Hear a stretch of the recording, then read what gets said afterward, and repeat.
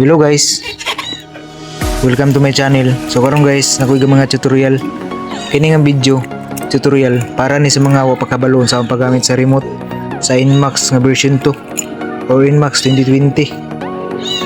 So karon guys, sa paggamit ani nga remote, gamit ani kung gusto nimo i-activate ni ang motor, imo lang ni siyang kuan long press. Mula sinilong press kuman tuplok ka guys ha, tingog na siya dayon. Throw na ko guys ha sa pag-activate. Long press nimo kuman tuplokon mo guys ha, pwede na siya mandar, activate na siya, matuyok na nimo ni, itunong na nimo ni sa on ang may puti, tunong na mo sa on. Una na siya.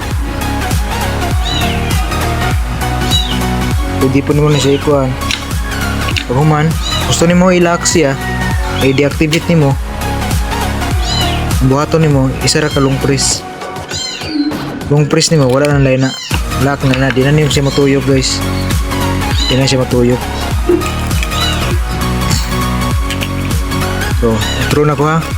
Sound pag activate sa motor. Long press man isa ka tuplok.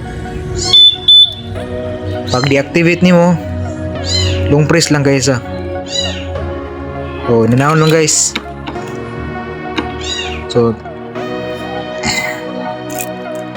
sana namin na sabtan guys sa kaning tutorial. So salamat mga orto.